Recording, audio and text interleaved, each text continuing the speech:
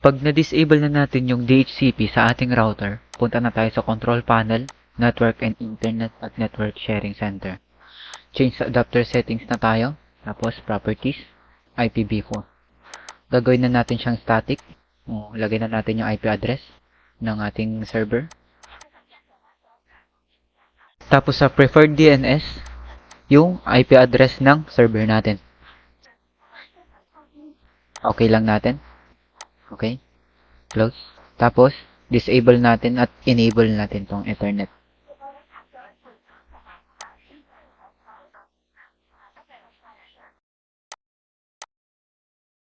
Ngayon, punta tayo sa Server Manager. Click lang natin to. Tapos, Local Server. Palitan natin yung computer name. Change. Tapos, okay. Restart later. Tapos, check natin yung time zone. Taipei. Tapos, Remote Desktop. Enable. Allow natin. Apply. Tapos, pwede na natin siyang i-restart.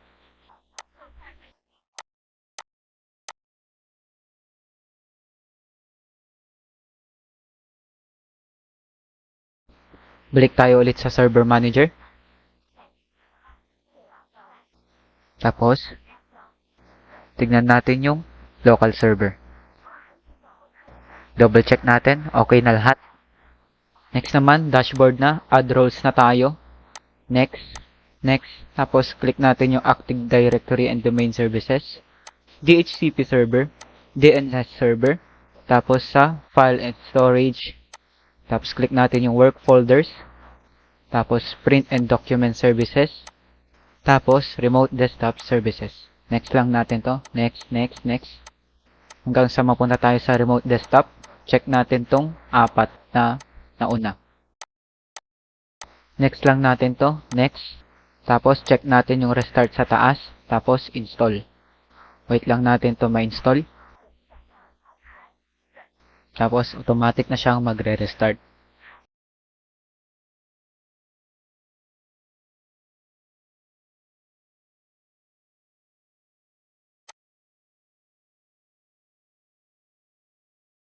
Wait lang natin mag-refresh. Ayan na. Close na natin. Tapos dito may makikita tayong flag. Tapos may dalawang warning sign. Click lang natin yung promote this server. So add new forest. Testa.com yung root domain natin. Next. Tapos CSS at 12345 yung password. Next.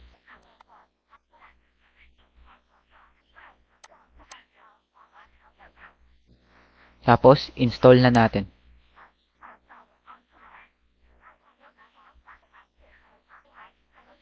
Tapos you are about to sign out. Pero kung di siya mag-restart ng kusa, restart natin siya ng manual. Ayan.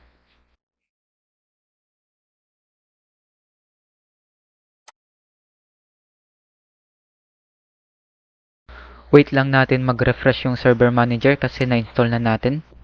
So, punta tayo sa flag ulit. Complete DHCP. Tapos, commit lang natin tong DHCP. Close na natin. Tapos, restart ulit.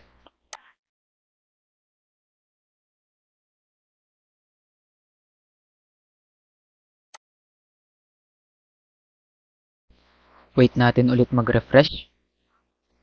Ayan, okay na lahat. So, ang gagawin natin, punta tayo sa Tools, Active Directory, Users, and Computers. Tapos, arrow down lang natin tong testa.com at gagawa tayo ng organizational unit.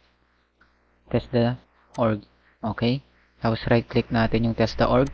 Punta tayo sa group. Gawin natin, testa group. Tapos, domain local. Tapos, mag-add na tayo ng dalawang users.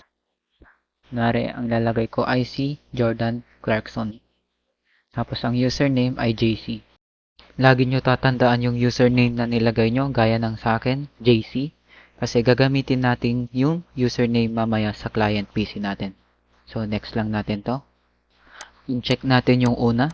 Tapos, check natin yung second at third. Ang password ay CSS12345. Okay, next lang natin.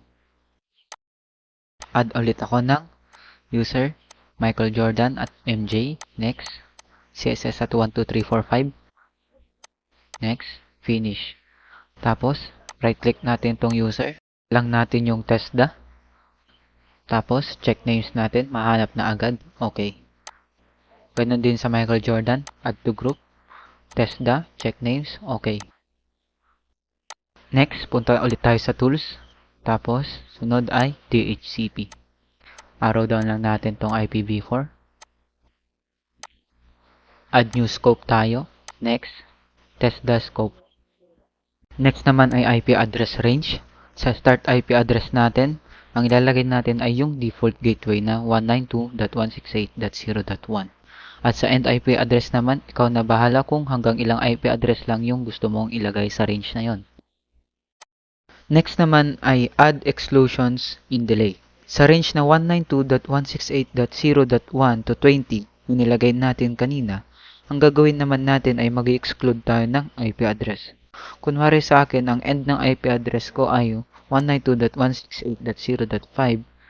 Ang magiging start ng IP address ng client PC natin ay magiging 192.168.0.6 or 7 or 8. Ganon gumagana yung exclusion ng IP address. Natin yung IP address ng router natin. 192.168.0.1. Add. Next. Copy natin itong domain natin, test.com. Paste natin dito, tapos resolve. Pag same yung lumabas na IP address, ibig sabihin tama ito. Paste ulit natin dito, resolve, add, next, next, finish. Right click natin tong IPv4, tapos refresh. Pag na-green na, okay na siya. Punta ulit tayo sa tools, group policy management. Tapos arrow down natin to. Yan, test.com. Nakita na natin yung ginawa nating test.org kanina. Create GPO tayo at type natin yung folder redirection and remote desktop GPO. Okay. Right click lang natin to. Edit. Tapos, punta tayo sa policies, Windows settings, folder redirection. Ayan. So, ang gagawin natin, mag-share na tayo ng folders. Punta tayo sa desktop natin. New folder. Name lang natin to ng shared.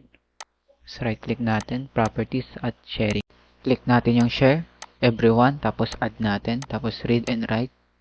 Tapos, napin natin yung find people. Test the ulit ng ilalagay. Check names, okay. Read and write ulit. Tapos, domain, check names. Tapos, domain admin, okay. Tapos, domain ulit, check names. Tapos, domain users, okay lang natin. Read and write natin tong dalawa at share natin. Advanced sharing, share this folder, permission, tapos allow natin to, apply, add ulit, test the, check names, okay, allow ulit, add ulit tayo ng domain, check, domain admins, tapos domain users, okay, tapos allow natin tong dalawa, okay. Click natin yung folder, properties, sharing, tapos kopyahin natin yung path. Tapos punta tayo sa desktop, properties, basic, tapos paste natin dito. Tapos click natin yung settings, uncheck yung una, apply. Ganun din ang gagawin natin sa documents.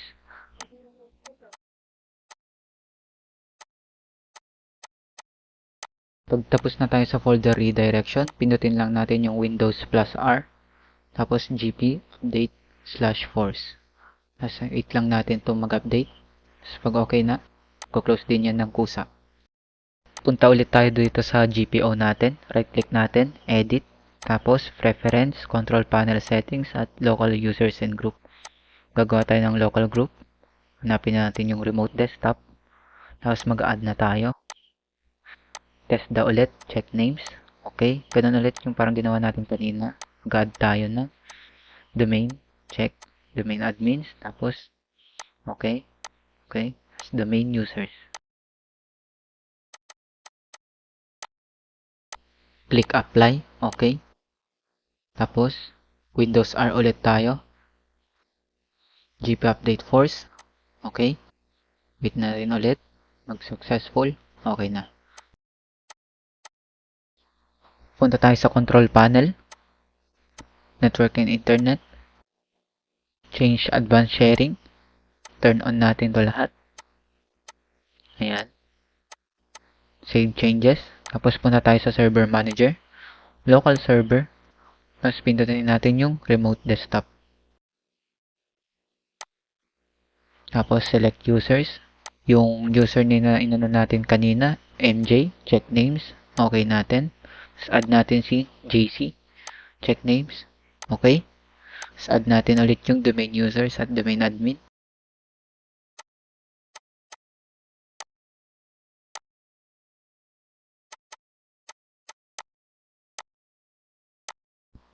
Pag okay na, gagawin natin ay restart na natin tong Windows Server.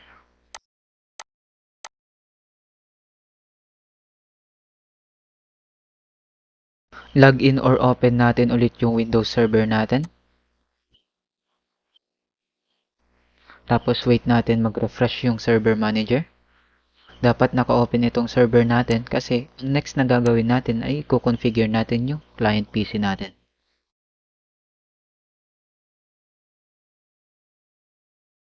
Dito sa client PC natin, dapat hindi nakasaksak yung LAN cable natin. Kasi kung nakalagay na kanina pa yung LAN cable natin sa client PC natin habang kino-configure yung server, pwedeng magloko or magtupak yung network natin. Baka hindi na rin makakonect sa mismong server natin mamaya.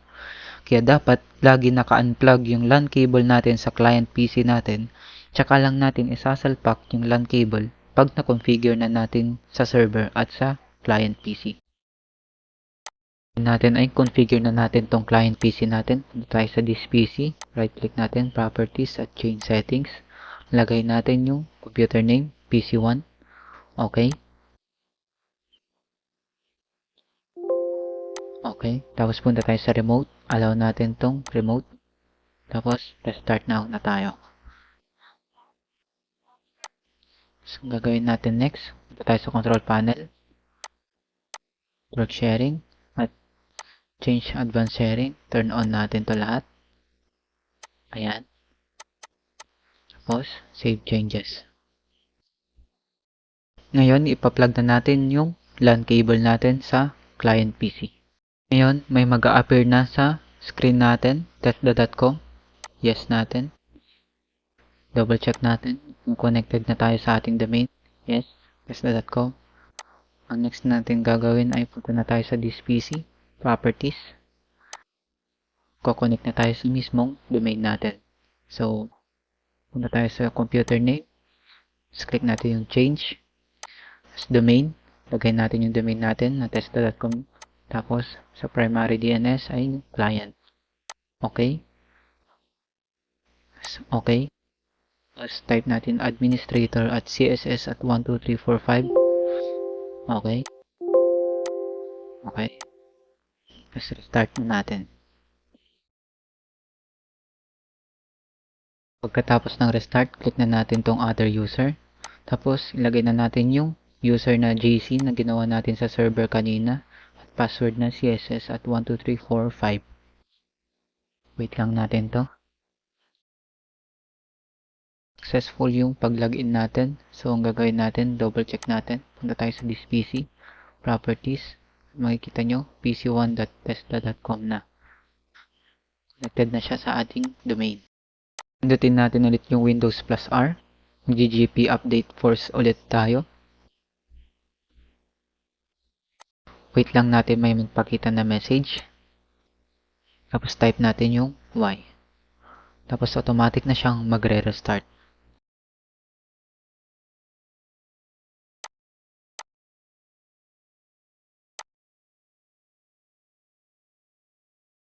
Ngayon ay gagawa tayo ng folder sa desktop at i-check natin sa server natin kung meron yung folder na nagawa natin sa client PC natin.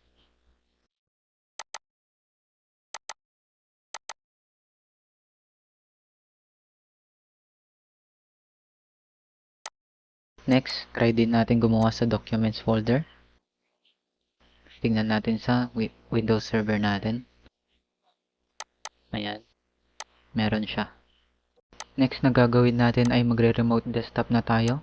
Ang gagawin ng server ay magko-connect siya sa client PC natin at siya na mismo ang may control sa client PC.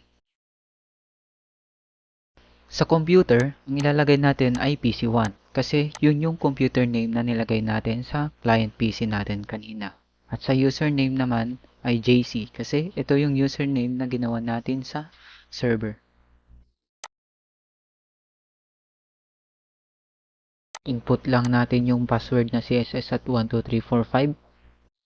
Pag na-encounter natin yung error na ganito, the connection was denied because the user account is not authorized for remote login, ang gagawin lang natin ay i-configure natin yung settings sa remote ng client PC natin.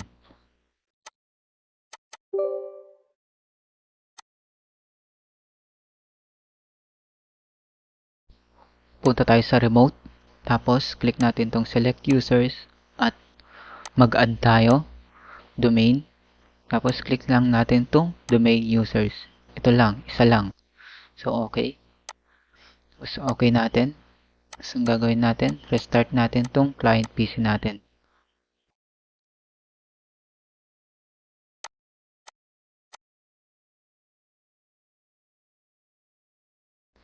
Ngayon, testingin na natin yung remote desktop. Connect ulit natin. Type lang natin yung password. Tapos, boom! Ayun. Connected na tayo sa client PC natin.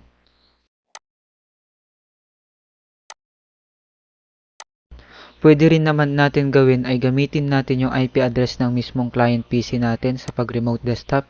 To make sure na tama yung ilalagay natin na IP address sa remote desktop natin, ay punta na lang tayo sa command prompt at i-type lang natin yung ipconfig. Tapos hanapin natin yung IPv4 at kopyahin natin yung IP address.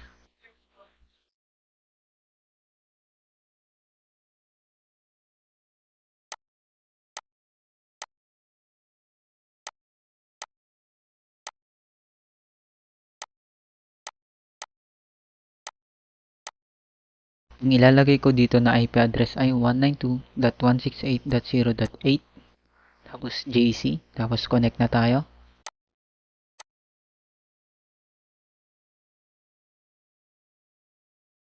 Ayan, successful yung pag-connect natin. Next na gagawin natin ay i-login natin yung second account na ginawa natin sa server.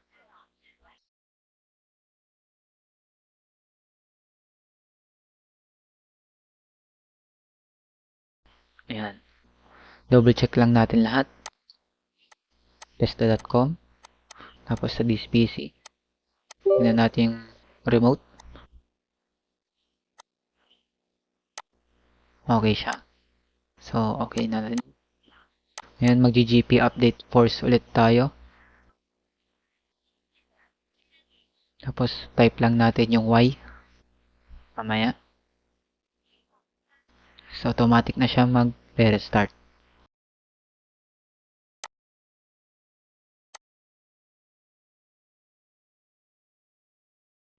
Ganun ulit gagawin natin. Gawa tayo ng folder sa desktop at gawa rin tayo ng folder sa documents. Tapos check natin sa Windows Server. So makikita natin, meron. Tapos magre-remote desktop na tayo. Computer name, PC1 ulit. Tapos username, MJ. Connect lang natin. Okay. Yan, successful ulit yung pag-remote desktop natin. Next ay i-configure na natin yung DNS. Punta na tayo sa Server Manager, Tools, DNS. Tapos, punta tayo sa Server, tapos Forward Lookup Zones, arrow down, tapos testa.com, arrow down. Sa gilid niya may server, right click lang natin, Properties. Tapos, check lang natin to, Update Associated Pointer. Tapos natin i-apply, punta tayo sa Reverse Lookup Zones, right click natin, New Zone. Tapos, Next, Primary Zone, Next, IPv4. Ang ilalagay natin na IP address dito ay yung IP address ng server natin na 192.168.0.2. Pero hanggang third octet lang muna yung pwede nating malagyan. Kaya okay lang yan. Tapos click na natin yung next. Lang natin yung next. Next. Tapos finish. Arrow down lang natin tong reverse lookup. Makikita nyo na yung reverse na IP address natin. Right click natin. New pointer. Dito na natin lalagyan ng 0.2 sa host IP address. Tapos browse natin, click natin tong server, tapos all records, tapos double click natin tong server, double click ulit, hanapin yung testa.com. Tapos hanapin natin yung start of authority. Yan, click lang natin to, tapos okay, tapos okay na siya. Ngayon, gagawa tayo ng loopback IP address, new zone, next, tapos primary zone, next lang natin to, IPv4, tapos type natin yung 127.0.0,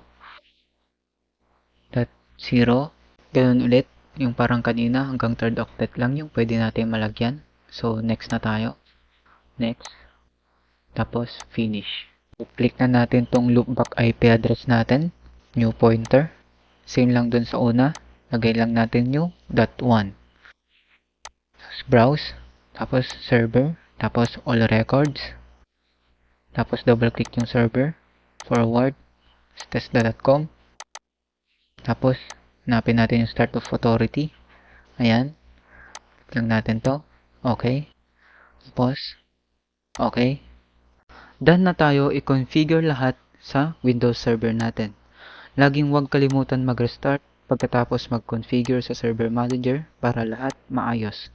Yun lang, salamat sa panonood at sana may natutunan kayo. Huwag kalimutan mag-like at subscribe sa aking YouTube channel. Thank you.